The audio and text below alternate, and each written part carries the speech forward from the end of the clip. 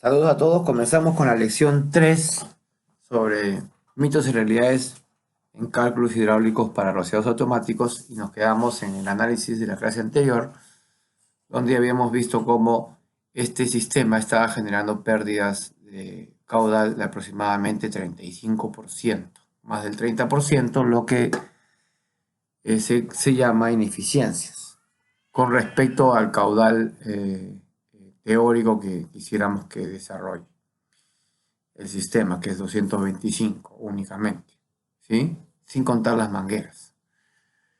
La fórmula detrás de eso es el que hemos tratado en la clase anterior, pero no la hemos presentado, es esta fórmula, ¿no? El caudal a través de un ramal menos exigente se puede calcular conociendo el caudal de descarga y presión especificada por otro ramal más exigente. El análisis se realiza en el punto de balanceo hidráulico, es decir, en el punto en que ambos requerimientos, que son distintos, convergen y se toma como valor de análisis el ramal que exige mayor presión, que es el que va a mandar sobre el que exige menor presión. El cálculo del caudal descargado a cualquier presión puede ser terminado con la siguiente fórmula. Esta se deriva del QK raíz de P o el Q 29.7 veces el diámetro al cuadrado por la raíz de P, que algunos de ustedes conocen. Es el cálculo que pasa a través de un orificio. Y básicamente es que la relación de caudales siempre es constante con respecto a la relación de presiones dado un orificio, dado un factor K o dado un diámetro de orificio. En este caso, lo que tenemos que hacer es despejar Q1. Pasa Q2 al otro lado y tenemos que el cociente de la presión mayor, vamos a suponer que Q1 es la presión, el caudal mayor que yo quiero calcular, es igual al caudal menor que ha pasado como numerador al otro lado, por el coeficiente de la presión mayor sobre la presión menor. ¿Sí? Vamos a ver unos ejercicios para que se entienda. ¿Ok? Acá tenemos 3 ejercicios. Un rociador descarga 28 galones por minuto a 25 psi. ¿Cuál será la descarga de este rociador cuando opera a 36 psi? Intuitivamente una forma de hacerlo, seguramente ustedes mucho lo aplicarían, es sacar el K de esta relación. Pero una forma más directa que a mí me gusta y la que estoy enseñando en este curso es calcular el cociente. ¿Ok? El cociente es, en este caso, el caudal 28 por el cociente de la raíz de la nueva presión 36 sobre la presión antigua. Y el caudal de este rociador va a ser 36 entre 25 por 28, 33.6. Veamos cuál es la otra forma. La otra forma sería sacar el factor K. Esta es más directa. Fíjense que es similar a sacar el factor K. ¿Ok? De K es igual a Q raíz de P. Q es igual a K raíz de P. Despejo K es Q sobre raíz de P. O sea, Q sobre raíz de 5. 28 sobre raíz de 25, perdón. Me da 5.6. ¿Cuánto descarga este rociador? 5.6 a 36 psi. 33.6. Pero fíjense cuánto me demora. Cuando es tan fácil hacer. Por eso yo uso ese método. 28 por raíz de 36 sobre 25. 33.6. En el segundo ejercicio me dicen, un rociador descarga 70 galones por minuto a 25 psi. ¿Cuál será la presión que requerirá para descargar 98? Entonces, en este caso, puedo sacar el K también de acá, ¿no? Que ya sabemos que es un K14. 14 raíz por 5. K K14 por raíz de 25, 14 por 5 son 70. Pero más rápido sería, en este caso, también podemos aplicar, pero lo que tenemos que despejar es Q. P. Es el cociente Q1 sobre Q2 por la raíz de P2. Todo al cuadrado. Hacemos lo mismo y es el cociente de 98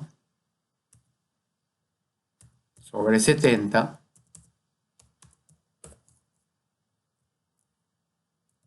multiplicado por la raíz de 25 y todo esto al cuadrado.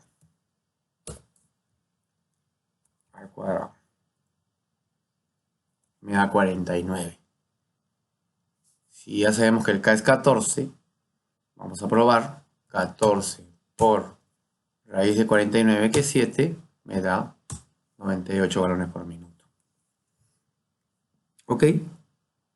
¿Cómo hacemos con el último ejercicio? En el siguiente diagrama, calcular el caudal que fluye por la tubería indicada X, por cuánto fluye por acá. Asuma que la pérdida de presión por fricción es 11 en este tramo y 13 en este tramo, y esa ya incluye las pérdidas provocadas por la T que conecta cada ramal, segundo y tercer ramal, y que todos los rociadores se encuentran abiertos y que tienen el mismo factor K. Obviamente, si estos tres rociadores tienen el mismo factor K, estos tres tienen el mismo factor K, ellos tienen el mismo factor K, estos tres juntos tienen un K constante en cada caso. Entonces podemos aplicar, saber el caudal. Del primer ramal ya sabemos que es 100 galones por minuto a 25 psi. Y sabemos que en el segundo ramal se tienen 11 psi de pérdida, o sea, se tienen 36 psi de presión. Pero yo no sé qué caudal va a pasar ahora con 36. Antes pasaban 100 cuando era 25. Ahora, ¿cuánto va a pasar cuando esté a 36? Pues obviamente es facilísimo.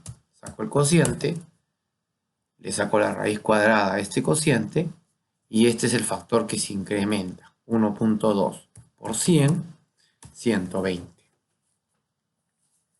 Tenemos 100 en el primer ramal, en el segundo a 36, 100 galones por minuto a 25 psi, 120 a 36 psi, y ahora nos vamos al tercer ramal donde se pierde 13 psi. Este es un dato que obviamente no coincide con Hazen-Williams, simplemente he usado a propósito para que me salgan valores exactos, porque ahora ya no es 36, sino es 36 más 11, que es 49, para poder sacar la raíz más fácil. La raíz de 49 es 7. Pero no se pierde, pues 13 psi. Tampoco sé la distancia. Si esta distancia la supiera, de repente sí podría llegar a 13 psi. Pero es hipotético. En el otro ramal se pierde 140. Entonces, ¿cuánto se pierde? Se pierde 100. ¿Cuánto que caudal fluye por X? 100 más 120 más 140, que son 360. ¿Ok? Si quieren lo podemos así. 100 más 100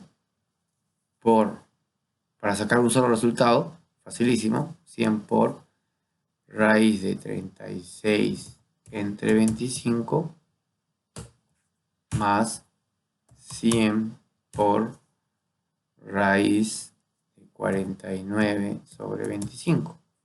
Acá tienen la respuesta, se las estoy dejando para que la tengan ahí guardada. 360 galones por minuto. Entonces, con esto se está entendiendo lo que es el balanceo hidráulico. Dado que acá me está saliendo 1.30, un poquito más de 1.30 galones por minuto, y que el caudal sin los rociadores es 556.32, ¿no? Que vimos en la clase anterior.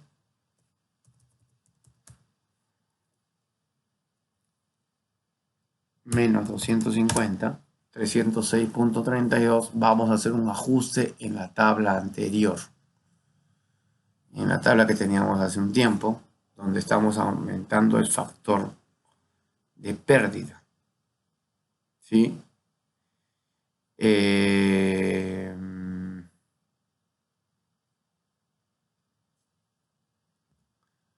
factor de pérdida lo estamos incorporando acá. Ya no es 0.15 por 1500 225 o 0.10 por 1500 150, sino estamos poniéndole un factor que en este caso es 1.3. 0.10 por 1500 por 1.3 me da 195. 0.15 por 1500 por 1.3 me da 292.5. Cuando es por punto 2, 390. Cuando es por punto 3 y 2.500 me da 975. Y cuando es punto 4 por 2.500 me da 1.300. Y si hago eso y cambio y dejo lo demás constante, por ejemplo, en este ejercicio, riesgo binario grupo 1, mi demanda con mangueras exteriores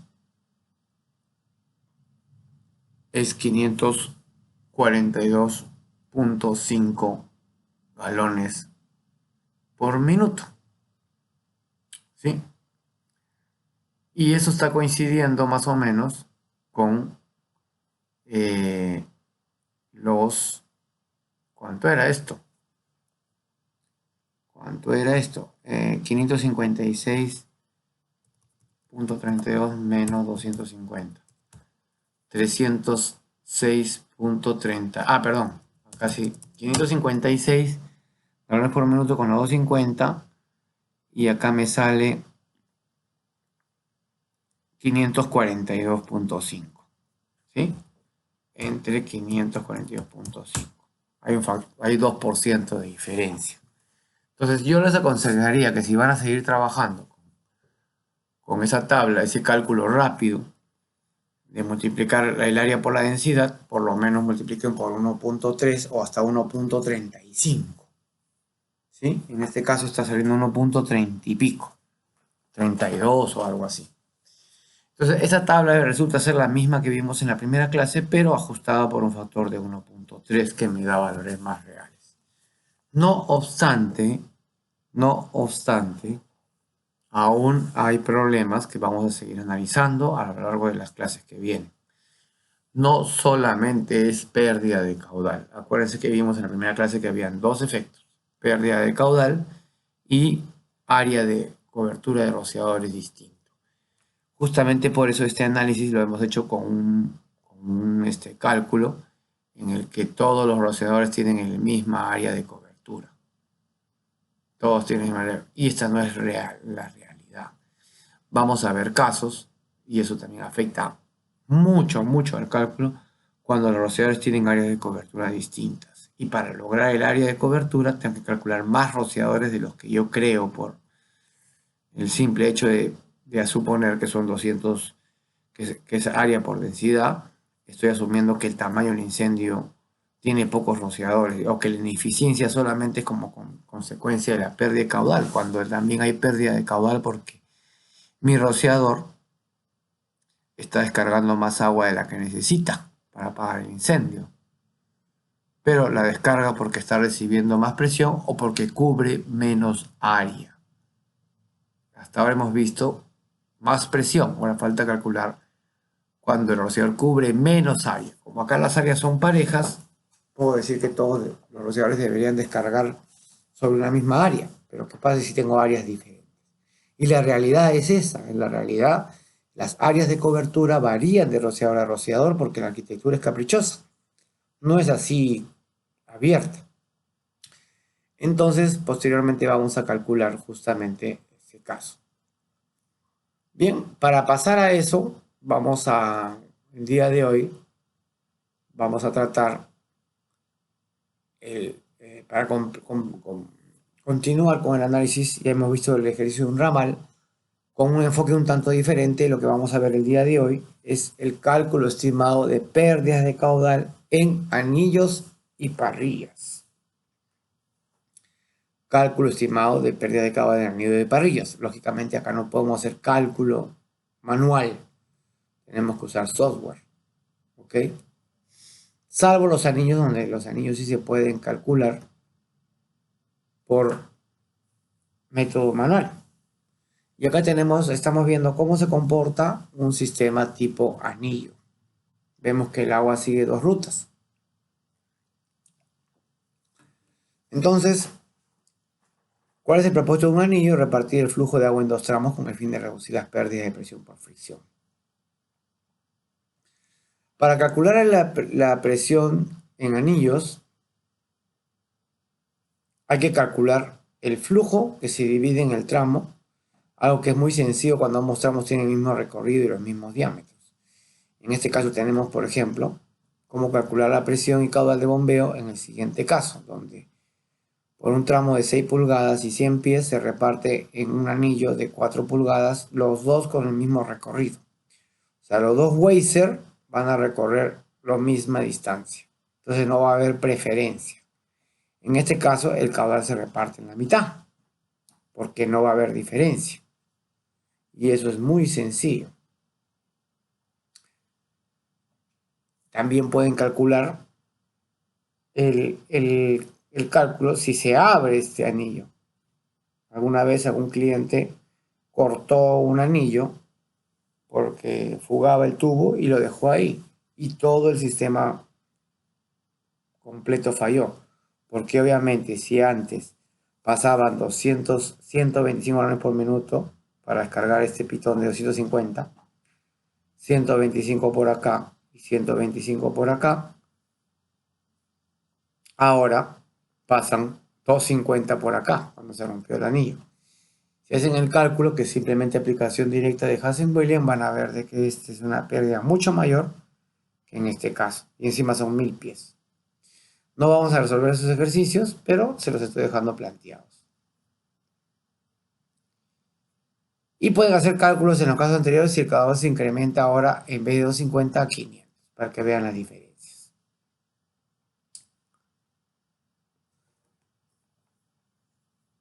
Acá les dejo otro ejercicio, pero acá tenemos un problema. Acá el recorrido es 250 pies del Weiser 1 y el otro Weiser, el otro carro, tiene que dar toda una vuelta. ¿Sí? Este va a recorrer 1750 pies y este solamente 250. Obviamente ya no es mitad-mitad, ya no es mitad y mitad. Ahora es un porcentaje mayor de carros que prefieren irse por la ruta más corta. ¿Sí? Y pocos carros van a decidir darse toda la vuelta porque por acá está atorado. Todo el mundo prefiere esta ruta, pero alguno va a preferir, para llegar al mismo tiempo, darse toda la vuelta.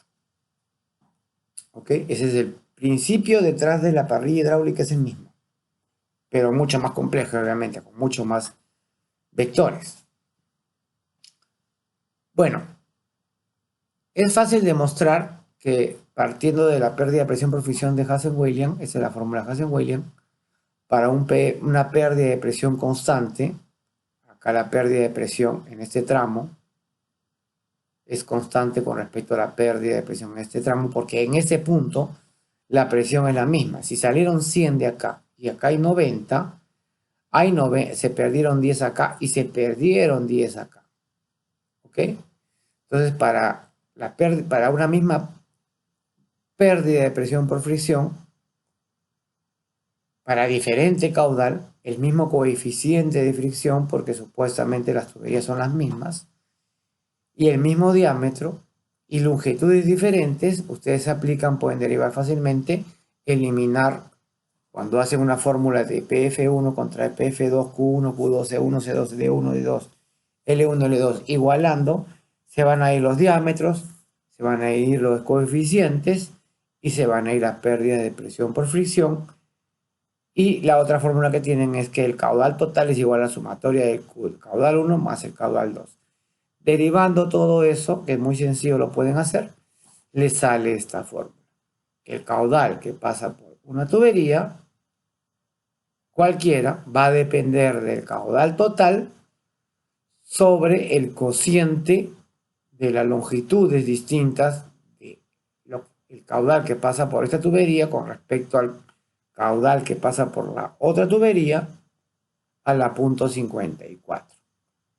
Esto no es más que la inversa de la derivación que se hace de esta fórmula. Entonces, no quiero rayarlos con fórmulas, pero básicamente con esta fórmula podemos calcular, resolver este ejercicio. Si les provoca, háganlo. Puede venir los que deseen, los que saben que van a ser calificados, pueden hacer el ejercicio. Este ejercicio va a ser parte del entregable que tienen que entregar los que han aceptado ser calificados. Entonces eso se lo dejo como tarea para que calculen la pérdida de presión por fricción usando esta fórmula. Bien. En la fórmula anterior, L1 y L2 asumen que el diámetro de los dos segmentos de tubería son los mismos. ¿Sí? Pero hay anillos en los cuales puede haber cambio de diámetros. Hay muchas situaciones en las que pueden existir que los diámetros de los dos segmentos no son iguales. En estos casos debemos usar el concepto de largo equivalente. Entonces les dejo acá la fórmula para el largo equivalente, donde el largo equivalente de tubería es el largo original, el que manda el plano del segmento de tubería, sobre el cociente del diámetro equivalente de la tubería sobre el diámetro original, por el factor C equivalente sobre el factor C original. ¿Ok? Todo era 1.85. Es un poquito más difícil de entender, pero para calcular el diámetro equivalente podemos usar este ejercicio. ¿Cuál es la equivalencia de una tubería de 3 pulgadas cédula 40 que tiene diámetro interior 3.068 con un factor C120 contra una tubería cédula 40 de 4 pulgadas 4.026 de 1000 pies de largo con factor C120? O sea, quiero convertir una tubería cédula 40 de 4 pulgadas de 1000 pies de largo con C120 a su equivalente en pies de tubería de 3 pulgadas. Lógicamente, tienen que ser, para que se logren las mismas pérdidas, tienen que ser una longitud o un largo menor a 1000 pies, porque esta tubería pierde más presión por pie. ¿Sí? Entonces aplicamos la fórmula 1000 pies entre el cociente de los diámetros que hay entre ambas, a la 487, entre el factor, que en este caso es 120, eso se elimina. Y me va a salir 266 pies. Quiere decir que 1000 pies de tubería de 4 pulgadas son equivalentes a solo 266 pies de tubería de 3 pulgadas. Esto, si ustedes la meten en su máquina como una fórmula, les permite saber, tener una idea de la escala en que se mueve un diámetro con respecto a otro. O sea, una tubería de 3 pulgadas es 26.62% menos eficiente en cuanto a pérdidas que una tubería de 4 pulgadas. También me sirve para calcular presión con anillos de diferente diámetro. Por ejemplo, no lo vamos a hacer porque es más complicado. Y la verdad que ya ni me acuerdo cómo se hace, pero se aplica. Si yo tuviera esto en 2,5 y esto en 4. O al revés, esto en 2,5 y esto en 4. Entonces tengo que convertir todo a diámetro equivalente. Ya me estoy acordando. Entonces yo quiero que mejor todo esté en diámetro equivalente, convierto este de 2,5 como si fuera de 4. O convierto este de 4 como si fuera de 2,5. Usando este principio. Y cuando ya usé este principio de acá, y ya lo convertí, voy a llegar a un resultado similar a este, y ya lo convierto todo esto como si fuera un anillo equivalente. O sea, con todo el mismo diámetro, y paso a usar esta fórmula. Entonces son dos pasos.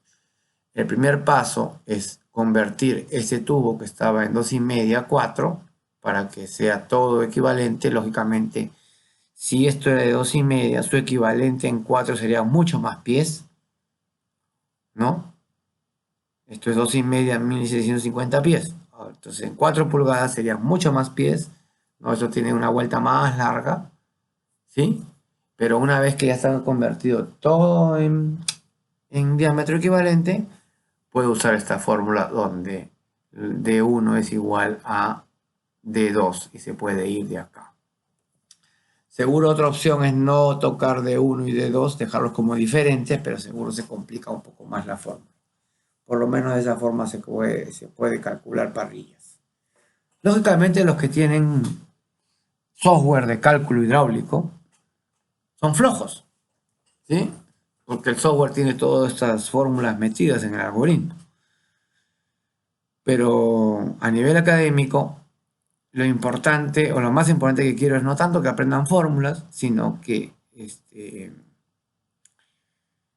entiendan lo básico o lo complicado que puede ser el software de cálculo hidráulico, que en realidad no es complicado, ya lo están viendo y lo están entendiendo.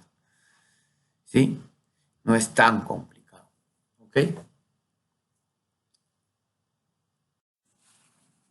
Bien, pasemos ahora a conocer un poquito cómo es un software de cálculo hidráulico. ¿Sí? Yo trabajo muchos años con el SHC, existen muchos software más, pero por diversas razones considero que esta es la mejor combinación entre precio y calidad que existe. El software SHC es un software con interfaz gráfica que me permite importar nodos desde AutoCAD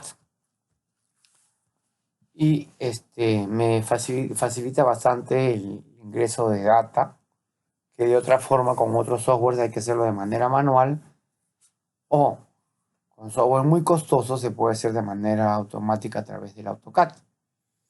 La ventaja de este software es que lo puede hacer y es muy económico. Creo que está algo de $300 el software. ¿Okay?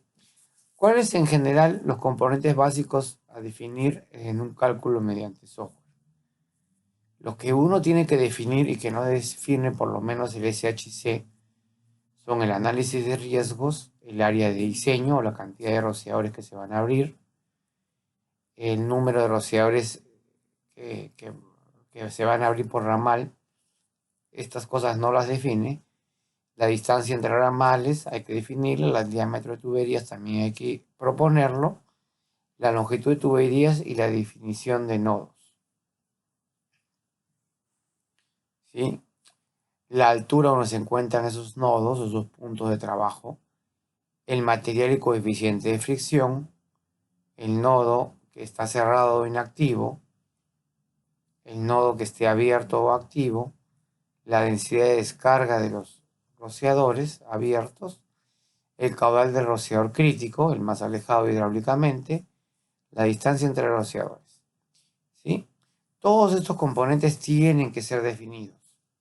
El software, por lo menos el SHC, no permite eh,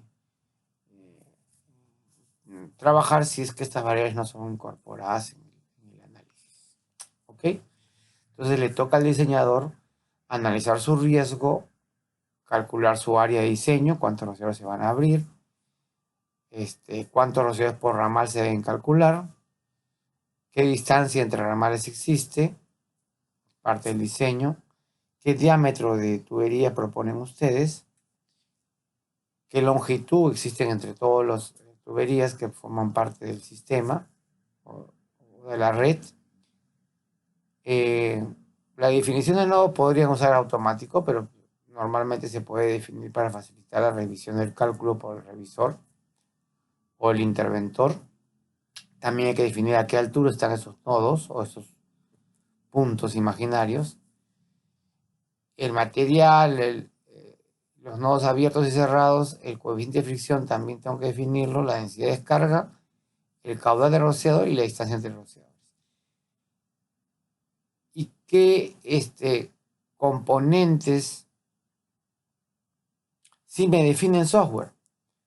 La nomenclatura de los nodos, la nomenclatura de las tuberías, el caudal de rociadores que se alcanza, efectivamente, el mínimo y el máximo, el promedio, la presión de los rociadores alcanzada, los márgenes de seguridad que me generan la bomba que he propuesto, porque la bomba también tengo que proponerla. Faltó decir en la anterior diapositiva que la bomba también hay que proponerla. La velocidad en cada tramo, me entrega el software, la velocidad máxima, la demanda de flujo del cálculo, cuál es el caudal, la presión y la oferta de flujo que me entrega la bomba y la presión. ¿Sí? Demanda de caudal y presión, oferta de caudal y presión. Con lo cual puedo comparar qué márgenes de seguridad tiene mi sistema. ¿Ok? Básicamente esta es la portada de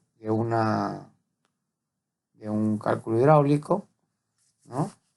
Sí, acá van los datos generales del diseño, el proyecto, el número de plano, la fecha de cálculo, si hay varias áreas remotas, el número de área remota, la ubicación de esa área remota, la clasificación del riesgo, la densidad, el área de aplicación, la cobertura de los rociadores, el tipo de rociador y la temperatura de activación, el número de rociadores calculados, si hay rociadores en rack, si hay demanda de mangueras interiores y exteriores, y me entrega el caudal, en este caso 299 galones, .64 galones por minuto, a 113.76 psi, con un margen de seguridad de 14.52 psi, a un sistema húmedo, ¿no? Mire, el nombre del contratista, quién es el nombre del cliente, el nombre del proyectista y quién es la autoridad competente. Ok, y más o menos el cálculo, no sé si es el mismo de la portada, 299, claro. El cálculo me va a entregar esta información. La demanda, ¿cuánto demanda mi sistema? 299,113. Y la oferta que entrega la bomba. La bomba entrega los 299 que necesito, pero a 128. Esto genera un margen de seguridad de 113 a 128 de 14.5 psi cuando 13 rociadores están abiertos. ¿Ok? Cuando los 13 rociadores están abiertos, efectivamente hay 299.64 galones por minuto y el rociador más alejado hidráulicamente está descargando 17.74 galones por minuto y el rociador más cercano a la bomba, el menos alejado, 25. Acá podemos analizar qué tan dispersos están los valores. En el peor rociador, que es el hidráulicamente más remoto y el que está trabajando en el límite mínimo de densidad, estamos con 17.74 galones por minuto, y en el rociador más pegado a la bomba, o que está sobrepasando el caudal requerido, está descargando 25.63. El promedio de estos 13 rociadores está descargando 23.04. Y la velocidad máxima encontrada es 18.15 pies por segundo, algo así como casi 6 metros por segundo, un poco menos. ¿Ok? En este caso no hay ninguna demanda de mangueras descargada al momento del cálculo. Cero. No se está usando presión de velocidad, se está usando la forma de Hansen-Williams y el cálculo lo ha hecho en 0.09 segundos. Mire qué rápido lo pueden hacer. Lo puede hacer el software. Entonces, para un poco comparar los resultados del software, podemos ver, por ejemplo, que si la descarga es 299.64 y se han abierto 13 rociadores, el promedio es 23.04, que es exactamente lo que tenemos acá. 23.04 psi. Entonces, básicamente, acá les dejo los datos que he explicado. Básicamente, esta es la portada de cálculo inicial.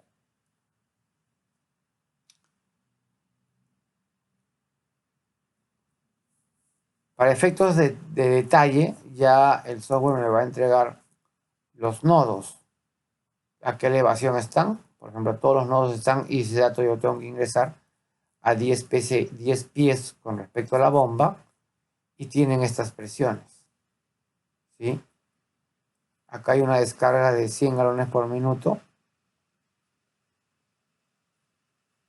de una gabinete contra incendios, y acá tenemos los nodos abiertos. El nodo 32, 33, 34 y 35 tienen rociadores equipados con factor K 5.6 y están descargando a una presión de 15, 14 y 13 psi, un promedio de 16, 22, 21, 21 y 20 galones por minuto, ¿no? La descarga efectiva, cuando el mínimo ideal que se hubiese querido era 16.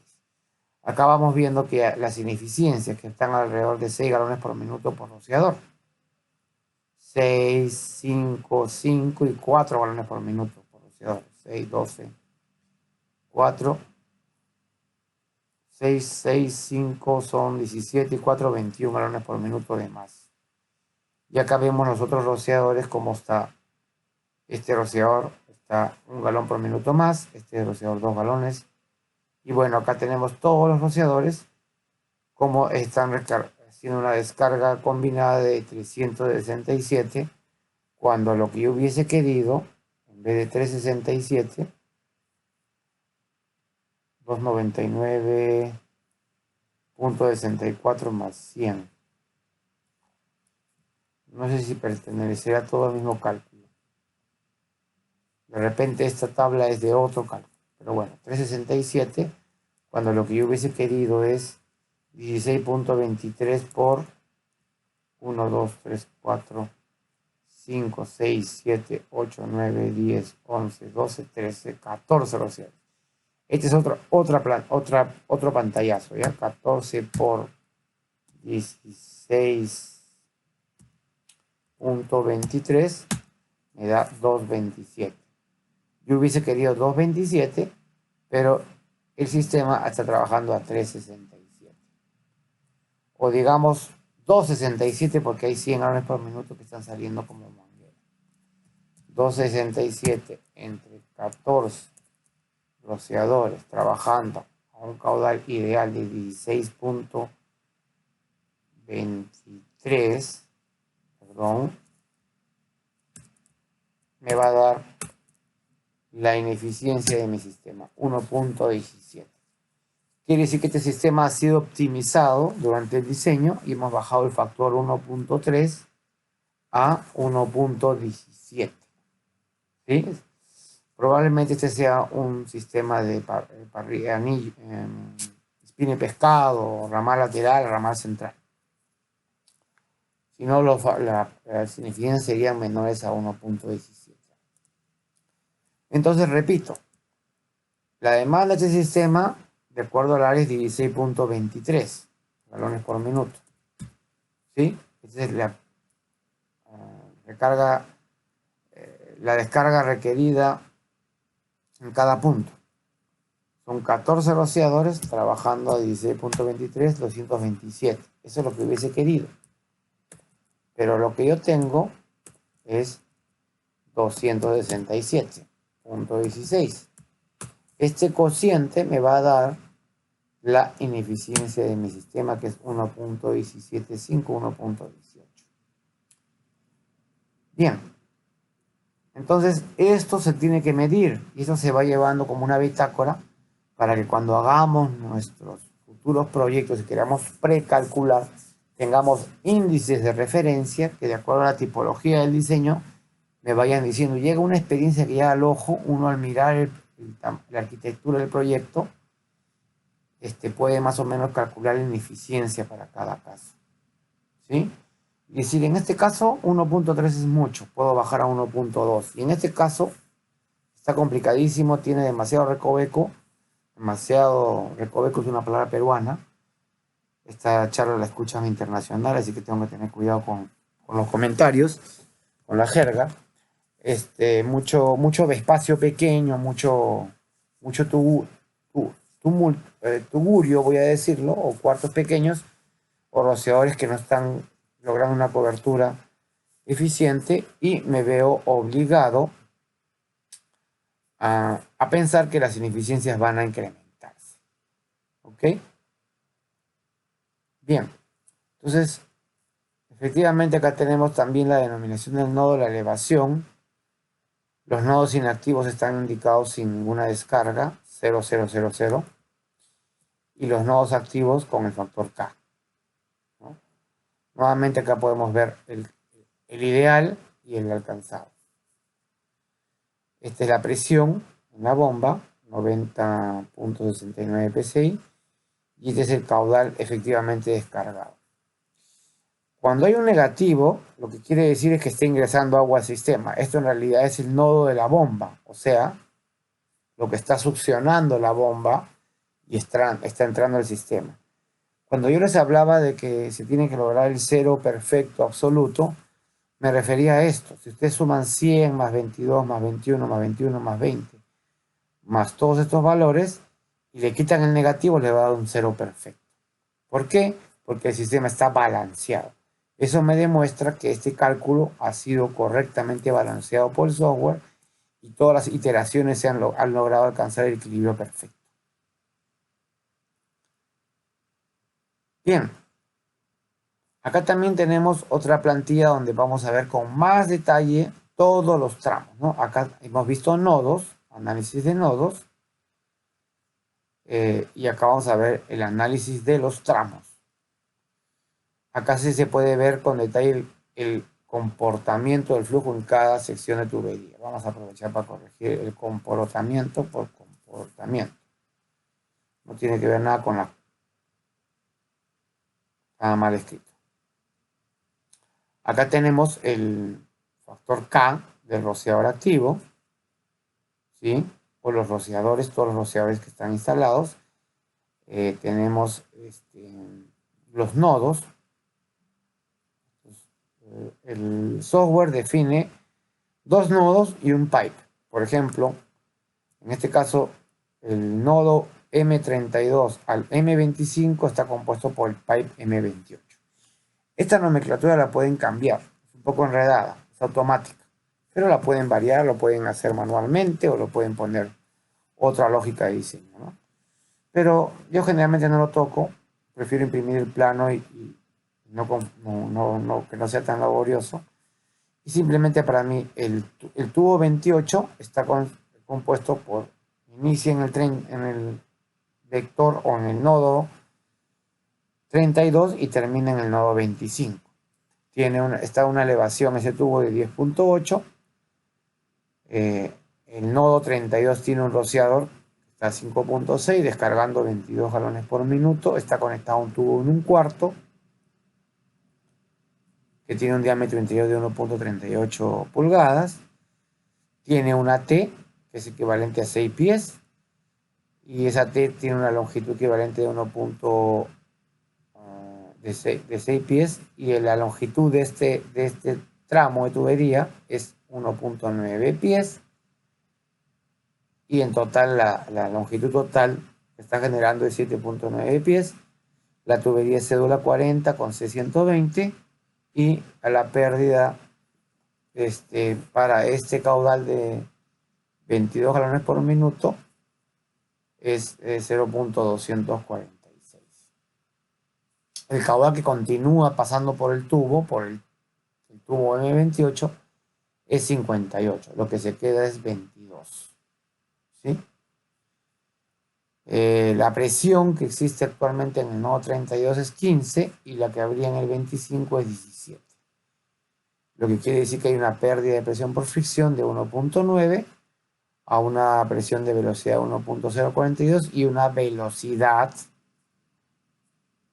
Si bien no calcula presión de velocidad, te da la presión de velocidad a una velocidad de 12.14 pies por segundo que está circulando el agua. Esto mismo va haciendo con todos los demás vectores, ¿sí? Acá le dejo el indicativo, caudal descargado es el Q chiquito, caudal transportado es el Q mayúscula, Q grande, diámetro nominal, diámetro interior, las conexiones, la longitud de tubería, la longitud de conexiones, la total. El factor C del tubo, C120 en todo, cédula 40. La pérdida de presión por unidad de medida, ¿no? por fricción. En este caso está en libras por pie. No sé si se puede cambiar a metros por kilogramos por centímetro cuadrado por metro. Bueno, no, creo que no. Solamente me permite trabajar con unidades americanas, creo. Aparte estamos acostumbrados a esas medidas, ¿no? Presión total, presión por fricción, presión por elevación. En este caso, si vemos que la presión por elevación es 0 en todos los puntos, es que no ha cambiado de eje vertical esa tubería. Este software es de 2 dimensiones, ¿ya? Entonces la única forma de interpretar que ha habido un cambio de nivel es ver que la elevación tenga un valor distinto. Como vemos acá todo es 10.8 con respecto a la bomba, por eso el PE siempre es la presión por elevación, elevation pressure es 0 siempre porque no ha habido cambio de eje. La presión por elevación es la misma. La presión por velocidad y la velocidad. Bien. Entonces, de esa manera, este software, muy sencillo, prácticamente me va a terminar dando los resultados. Para este caso, que no sé si será el mismo que el anterior, creo que he agarrado cualquier resultado y los he combinado en esta presentación. Mi bomba tiene una presión de 400 galones por minuto a 140 psi nominal, 400 a 140, ¿sí? Una presión estática a caudal cero de 160 y una presión a 800 galones por minuto. Le pueden meter cualquier dato, si quieren le pueden meter a 600. En este caso se le ha metido al doble. En realidad seguro le hemos metido a 600 y el software ha prolongado y ha llegado a 800. No creo que le haya dado este valor.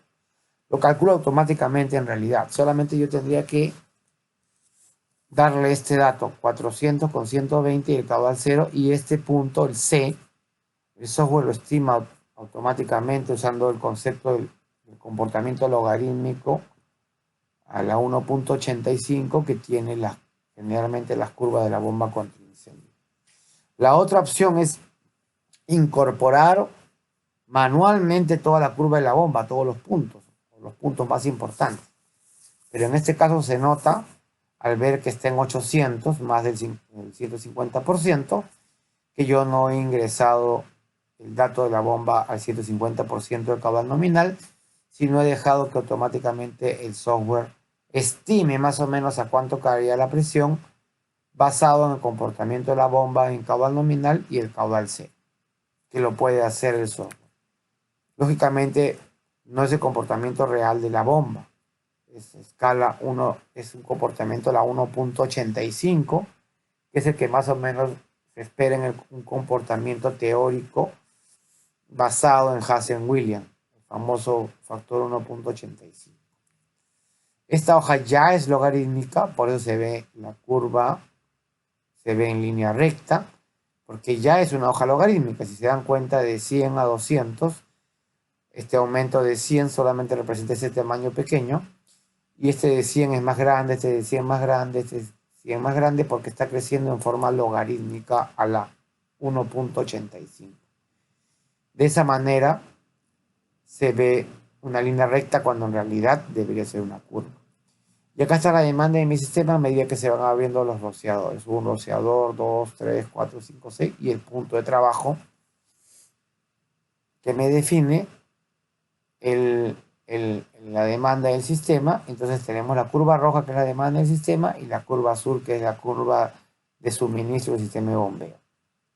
Esta es la apertura de los rociadores y este comportamiento de la bomba contra incendios. Y voy a ver acá el margen de seguridad en presión, o sea, cuánto más presión de la que necesito tengo, y acá el margen de seguridad en caudal. ¿Qué quiere decir eso? Que mi sistema en la peor condición posible necesita 80 psi, pero mi bomba en este punto de trabajo me está entregando 135 psi.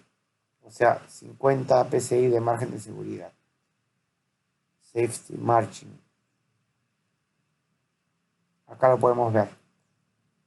La demanda del sistema es 367,90 y la de la bomba es 400,140. Acá están los 50 psi de margen de sobrepresión. Aquí es importante mencionar que la NFPA no me permite volver a calcular cómo se comporta el sistema como consecuencia de que ahora está sometido a mucha más presión de la que necesito. Solamente me pide demostrar que cumplo. Pero lógicamente el sistema no va a funcionar así. El sistema no va a trabajar. Esta demanda, esta curva no va a ser la real del sistema. Porque lo estoy haciendo someter a mucha más presión. Entonces, esto no quiere decir que mi sistema va a trabajar a 367.20 galones por minuto. A 367.20 galones por minuto a 90 psi.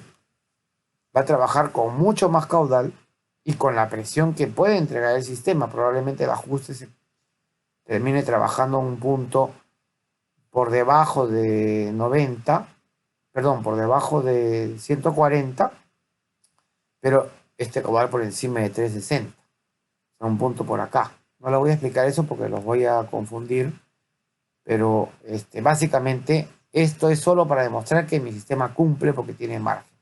Pero no es el comportamiento definitivo del sistema al momento que se abran los 14 rociadores o los que fueran para este cálculo, que no lo sé porque es un pantallazo de cualquier cálculo que he hecho. Entonces acá esta curva lo que me está diciendo es dando un análisis comparativo de los posibles riesgos de incendio y los requerimientos hidráulicos del sistema de bombeo contra incendios en base a ese riesgo. Recuerden, por favor, nuevamente que este no es el comportamiento del sistema, sino una demostración de cómo tengo margen de caudal y de presión suficiente, margen de 50 psi y un super margen de caudal, o sea, la bomba estaría en 700 y pico galones por minuto, cuando yo solamente necesita, potencialmente, ¿no? A esta presión, cuando yo solamente necesitaría 370 galones por minuto. O sea, la bomba potencialmente podría alimentar a más rociadores.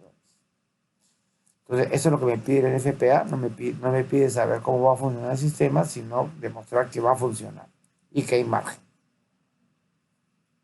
¿Ok? Margen de seguridad en caudal, margen de seguridad en presión. Bien, en la próxima clase vamos a comenzar a ensayar cálculos con software, ¿sí? Para poder comparar cómo funciona o cómo son las pérdidas de caudal en parrillas hidráulicas, ¿sí? Eso nos va a forzar toda la clase siguiente a... No vamos a hacer cálculo hidráulico, pero les voy a enseñar en qué orden van esas pérdidas de caudal, comparando resultados de cálculos hechos con ramales centrales, como el que les estoy mostrando acá, en diversos diámetros, con los mismos resultados usando parrillas. Para todos usando un mismo ejercicio o un mismo problema, un mismo riesgo. Y vamos a mostrar muy interesantemente cómo la parrilla bien diseñada, primero que la parrilla es el método más eficiente para diseñar riesgos altos y grandes como el que estamos mostrando acá. Esto es una locura hacerlo con una espina de pescado como está mostrado en este gráfico. Y lo segundo que vamos a demostrar es qué tan importante es la definición de los diámetros en el cálculo hidráulico de un sistema de rociadores y cómo se pueden optimizar esos valores. Vamos a comparar el uso de parrillas de diversos diámetros con el uso de anillos en diversos diámetros. Eso será para la próxima clase, en la que vamos a hacer todo un estudio, o les voy a mostrar todo un estudio que he hecho para un mismo riesgo, que es este riesgo compuesto por estas características, y cómo este riesgo se puede proteger de muchas formas y cómo vamos a obtener resultados totalmente distintos con respecto a un caso, a un tipo de tendido y a otro tipo de tendido. Y bueno, eso es la próxima clase. Muchas gracias por escucharme y nos estamos viendo en la próxima oportunidad.